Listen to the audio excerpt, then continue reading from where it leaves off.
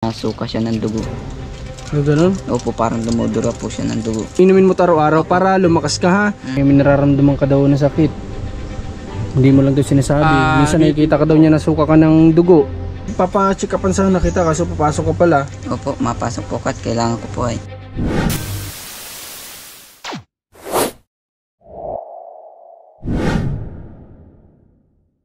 Good day mga kalingap, ngayong araw ay napakaganda ng panahon at nandito tayo ngayon kala Mark. Kahapon galing tayo dito pero kamustahin natin yung bata kung kamusta na po yung ano niya, yung pakiramdam, kung okay na ba si Mark o ano.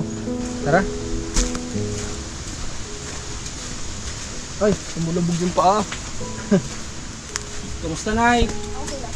Si Mark po kamusta? Ayos na po, nakapasok na. Nagpasok si Mark? Oho. Nasaan po si Mark ngayon? Ay, nasi-CR po.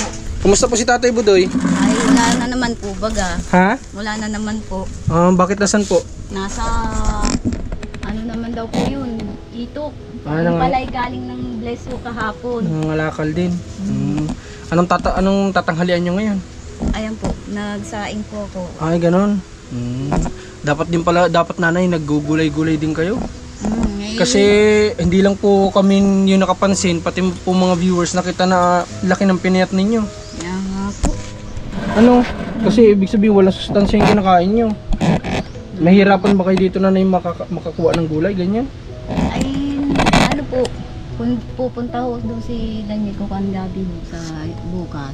Dito po ba nanay, marami ba tayo dito pwedeng makuna ng mga gulayin, ganyan? Kaya lang po ang layo. Malalayo yung iba. Okay. Ang palengke din, ang layo din kasi, no? Ang layo talaga. Lahat na lang ang lalayo dito.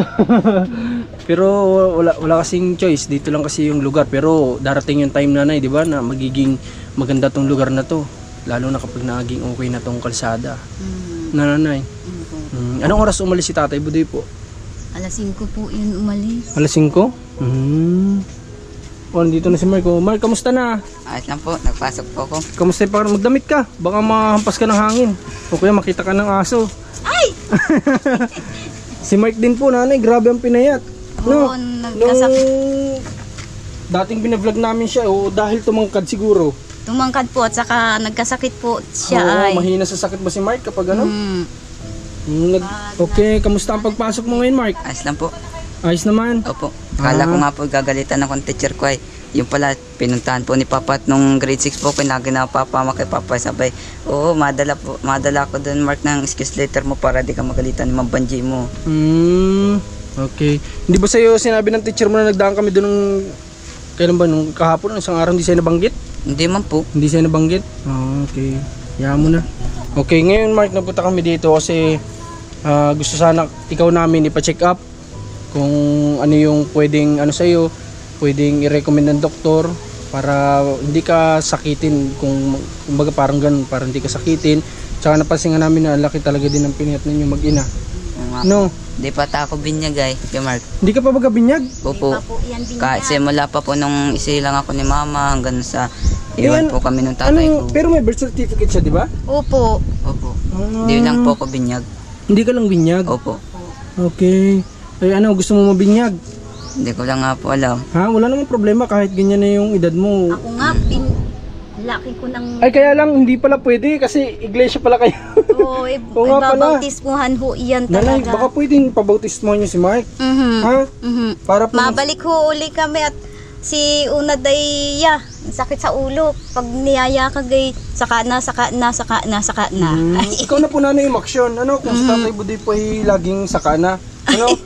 Pero ikaw Mark, gusto mo binyag. Opo. Mabautismohan sa... Opo, at masama naman po yung walang basbas ng pari po ay. At saka ano, ibig sabihin parang basbas din ng Diyos. Ano? Opo. Basbas ng Diyos na kung si Jesus nga, 'di ba, nagpabautismo. Opo. Hindi tayo din dapat ng mga tao mabautismohan talaga. Tsaka para mas mabless tayo, 'di ba? Opo. Ngayong araw ipapasok ka ba ngayong hapon? Opo, malakad lang po at yung bike ko ay sira po ay. Okay. Papa-check upan sana kita kasi papasok ka pala. Opo, mapasok po at kailangan ko po ay. Kamusta naman yung pagbalik mo sa school? Ayos lang naman po. Okay naman? Opo. Kamusta yung pakiramdam mo? Okay ka na? Okay naman na po. Malakas na yung pakiramdam mo? Opo. Okay, so mga kalingap, si Mike kasi dapat yung bibigyan natin sa kanya pong trabaho. Ano po yun siya? 2 oras lang sa isgada araw. Kung pag Ay, Kuya Mark, yung binigay sa akin pala na sponsor ko sa yung bike ko po, bagayan po. Ayan po, pinahiram ko muna pansamantala kay Papa. Sabi ko, wag niyong pabayaan yan at mahal na mahal ko yung bike na yun ay.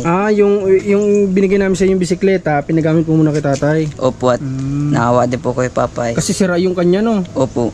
Sira yung naibigay natin kay tatay. Nasira na, gawa nga ng mga bata. Kaya nga po ko tinano ko ulit po yung bike ko. At pinahiram ko muna pansamantala kay Papa at kaysa wala siyang panganak buhay. Okay.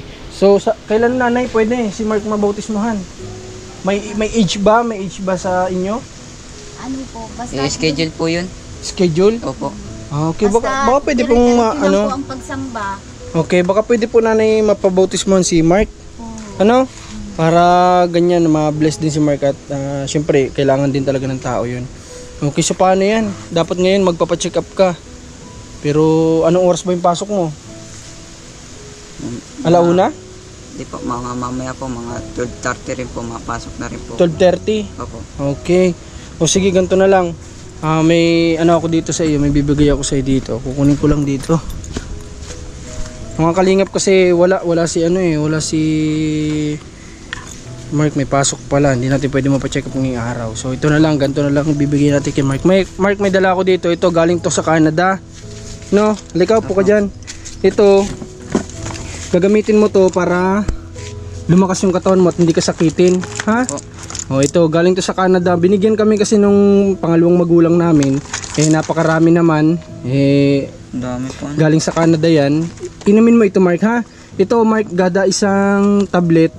Ilalagay mo sa tubig na isang baso. Ay, kumukulo po yan. Yun, ay, ganun. para yung ano po siya, yung sa Mentos po baga. Basta ganun yung inumin mo araw-araw para lumakas ka, ha? Ano to, yung prutas na yun, ano yata to, dragon fruit o pomegranate, di ko alam kung ano ito. Basta gagamitin mo to, Mark, ha? Opo. Araw-araw kayo inom yan para malayo ka sa sakit. Tapos ito, naibigay mo ito kay Tatay Budoy, ha? Para po may vitamins din si Tatay Budoy. Kakawa din po si Kawawa Papa. din si Tatay Budoy, kailangan niya pong malakas yung sasabihin katawan. nga po Ito mga kalinga po, meron tayo ditong tablet Kaya Mark, from Canada po ito. Bigay mo ito kay Tatay Mark, Budoy. Ha? ano po sana ako sa inyo, naawa din po ako kay Papa, sa totoo lang po. Bakit? Wag po kayo sana maano. Si Bakit? Papa po, nung sinasama ko po yung mga ngalakal minsan pag mainom siya na soft drinks po, nasuka siya ng dugo. Ganun? Opo, parang dumudura po siya ng dugo. Si Tatay Budoy ba may sakit ba na dinaramdam, nanay? Di lang po yung nagsasabi po sa amin ay. Pero nakikita Nakikita ko po. mo? Opo, ako lang po. Ayaw lang magsabi. Opo, sabi ko ano nangyari-yari sa'yo Papa? Wala man. Sabi ko sabi ka Papa, kahit iwan muna natin ito pangangalakal kaysa yung buhay mo naman ang kapalit. Yung pangangalakal na yan, nandyan lang yung Papa, pero yung buhay, pag nawala yan sa'yo, di mo na yung magagamit. Tama yun. Okay. Tinakbay ako nga po si Papa. Ano bang pwede natin gawin kay Tatay Budoy? Pa-check up pa natin? Nga po at may sinabi din po sa kanya yung doktor po nung mahina na po talaga yung bagat ni Papa po. Alam nyo kasi nanay, si Tatay Budoy sa totoo lang hanggang ngayon nakikita ko po siyang naninigarilyo. Yan po yung isa sa nagpapahina sa baga niya talaga. Kaya po siguro ganyan sa kunikwento ni Mark dahil po ito sa paninigarilyo ni Tatay. At saka bukod doon, wala si Tatay laging dinadalang ekstrang damit. Yung niya po, nababasa ng pawis, natutuyo na din sa katawan niya. Ay, pinagdadala ko man ho yun. Sabi ko, magdala ka ng damit, magdala ka ng towel. Ang noon, abala lang daw kasi sa kanyang money bag. Sabi ko, magdala ka, may plastic naman. Extra, tama. Yun lang talaga ang pinoproblema ko dun sa asawa ko. At naawa nga sa akin sa paglalaba. Sabi ko, wala ka akong problema yun sa paglalaba kasi mas kaya kong sarili ko kaysa sa iyo kasi may edad ka na kako. Siya nga po na, yun din yung napapansin ko kay Tatay. Kung minsan nahihiya siya sa akin, pag nakikita ko tinatago niya. Pero wala namang problema kung wala namang problema sa akin, kaso nga lang para sa kanya yun ay kahit hindi niya po kailangan anak na lang din po ako niya. Ako na lang din po nagsasabi sa kanya, Papa, kahit anak mo ko, ako lang din nagpapalala sa'yo, Papa, tigil mo na yung paninigarilyo, Papa, at siya din yung papatay sa'yo. Sinasabihan mo siya ng gano'n? Opo. Ano sinasagot sa'yo ni Tatay Budoy? Ay, libangan ko na yan. Sabi ko, oo nga Papa, libangan mo yan. Pero hindi yan makakabuti sa papa. Yan din ang papatay sa iyo. Para kang inanon ng wala siya nananakit, pero yan sigarilyo yan, parang siya nananakit sa iyo. Tsaka, siya yung papatay sa iyo at pinapatay mo na rin yung sarili mo, di ba? opo, parang gano'n na nga po. Oh Mark, kuha ka ng ano muna. Kuha ka ng ano, tapos maglagay ka ng isang piraso niyan, ha? Opo. Tapos sabihin mo ako, kapag naubos mo yan, mayroon pa tayo niyan, bibigyan pa rin kita. Para tumaba-taba ka na. Sige Ano? Tsaka malakas Opo. yung katawan mo. Okay, Salamat sige, kuha po, ka Kuya muna. Mark. Kuha ka muna. So, yun mga kalingap. Yun nga, yung binabanggit ko kanina, dapat kasi yung trabaho po ni Mark na binibigyan natin. Hindi po yun full-time. Part-time lang po yun ni Mark. Yung 5,000 a month niya, 2 hours a day lang po sana siya magtatrabaho. Ang out po kasi ni Mark, 3 PM ng hapon. So pwede siya mag-start ng 5 to 6. Kasi 6 sinasara naman na namin munting business namin. 2 hours lang. So kaya nga lang, si Mark, mas ano niya siguro na mag-focus muna sa pag-aaral ngayon. Kasi yun nga, tapos kung may free time siya, gusto niya mag-extra ng trabaho na gusto yung alam niyang gawin. Okay, inom ka muna Mark, lagay mo dyan. Ito matagal pang ano nito, ano, 2025 pa yun, no? 2025 pa, 2025. Ano naman tawag dun? So yan, tapos ayan, inumin mo yan araw-araw, ha? Galing sa Taiwan ay Opo. ubos na. Ay, di ba may vitamins kayo dati? Naubos na po. No, kaya pala. Naubos na po Naubos namin. na yon. Ininom niyo lahat yun? Opo, dalawa-dalawa nga po kayo minsan kinukuha ko at sabi ko, lalakas ako nito. Pero ano, sa pakiramdam mo no, umiinom ka ng vitamins? Masarap, maayos naman po. Maayos yung pakiramdam mo, Opo, malakas yun yung nga po ang pakiramdam mo. gusto ko sa na vitamins kaysa yung binibigay po baga ng ordinary Sa center doktor lang. po baga. Oo, yun parang ganun nga po. Mas gusto mo yun yung galing sa Taiwan. Opo, at ang pakla po ng lasa po baga. Okay. So yun mga kalingap, kaso ubos na pala. Siguro ano ba, by Monday kaso may pasok ka din Mark, ano? Opo. By Monday sana mapacheck up natin to, tsaka si Tatay Budoy. Magkasabay na po sila nating ipacheck up para nang sa ganun ay malaman natin kung ano ba yung dapat kay Tatay Budoy. Tsaka baka mapayuhan ng doktor, ano? Baka sa doktor sakali makinig. Kung sabihan ng doktor na pwede siyang mawala ng maaga-aga, ay baka maisipan ni Tatay Budoy.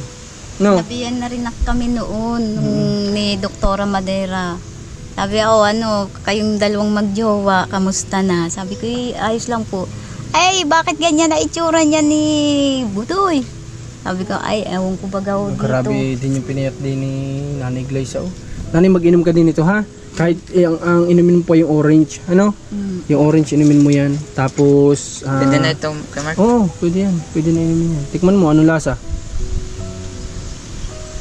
Anong lasa? Ayos lang po. Masarap? Tapos yan sa'yo nanay yung orange, ano? Para nang sa ganun. Meron pa nga po nitong tinatawag yung sa pangmatanda po baga. Pang matanda naman. Opo.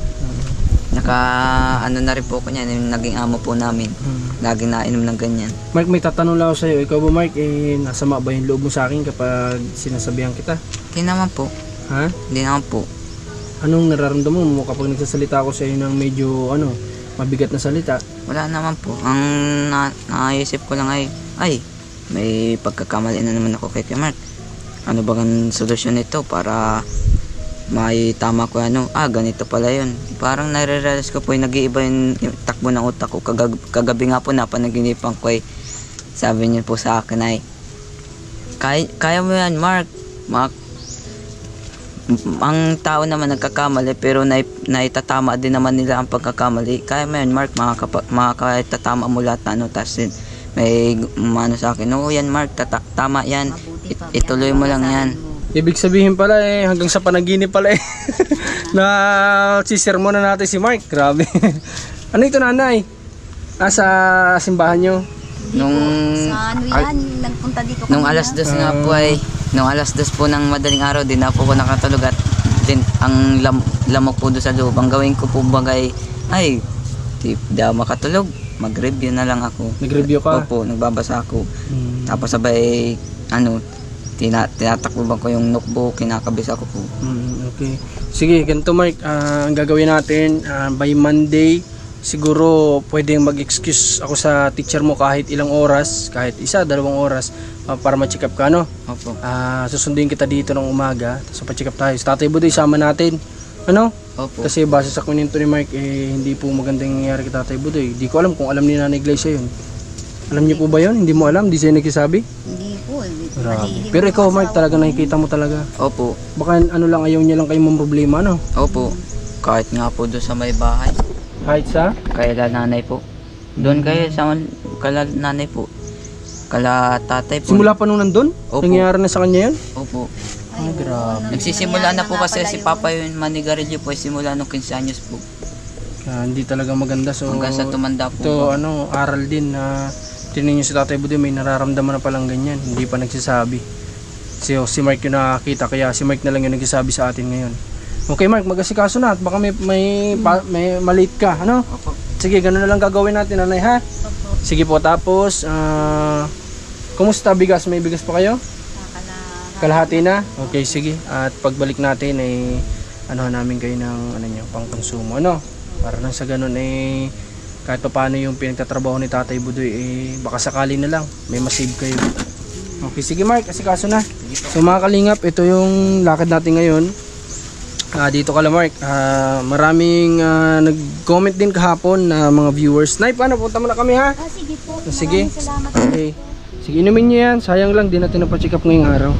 At okay naman na daw si Mark, malakas na yung katawan niya. So, yun lang. Sana sa susunod, makita natin na mag-improve yung pangangatawan nitong mag-iina. Maging malusog yung kanilang pangangatawan, malakas. At kung pwedeng providean din natin sila bawat magdadala tayo dito, dala samahan natin ng mga gulay para na sa ganun makakain ng gulay itong mga to, kasi ang layo pala ng kunan ng gulay. Marami daw ditong gulay kaso medyo may kalayuan yung pagkukunan. Tapos ang palengke naman dito ang layo din kung pupunta pa sila doon. So tayo na magdadala sa kanila para nang sa ganun mabago po yung pangangatawan nila at lumakas-lakas po sila. At abangan nyo, pa-check up na natin si Tatay Budoy at si Mark, sama natin. So salamat ulit sa suporta nyo, Marcos TV Channel. Salamat sa mga patuloy na nagko-comment, binabasa ko po lahat ng comment nyo. At sa mga nag-share, nagla-like. Suportan nyo din Commander ni Marcos. At maraming salamat po, God bless sa lahat. Nakasalubong natin si Tatay Budoy bago tayo umuwi. Tay Budoy, kamusta yung pangalakal mo? Okay lang po, galing po akong ito, kalayo. Grabe yung dumi ng damit mo, Tatay Wow, ano sa ako? Tatay, Pinapasan ko lang. Tatay, may natanong lang ako sa iyo. Po. Kasi po sabi ni Mark, may nararamdaman ka daw na sakit. Hindi mo lang daw sinasabi. Minsan nakikita ka daw niya nasuka ka ng dugo. Hindi na po, bali masakit lang po talaga. Hindi Tatay, magsabi ka po sa amin kasi buhay niyo po yan. Papacheck up po tayo. Ay, Ha, papayag ka? Papacheck up tayo sa... ngipin na lang po, masakit po kasi yung ngipin ko. Hindi Tatay, kasi yung kalusugan niyo po kailangan mapacheck up tayo. Ha? Bakit takot po ba kayo? Po, Natakot ba kayo? natakot. Hindi, check up lang naman yun. Ha? Check up lang yun, ha? Sa Lunes po Tatay, ha? Opo, opo. Tapos may dala ko dong vitamin C, inumin mo yun, ha? Para malakas yung katawan mo pagtatrabaho, ha? Opo, galing pa Okay. ako, kinuha ko ito dyan. Oh. Okay, sige Tatay. Sige po, ingat po.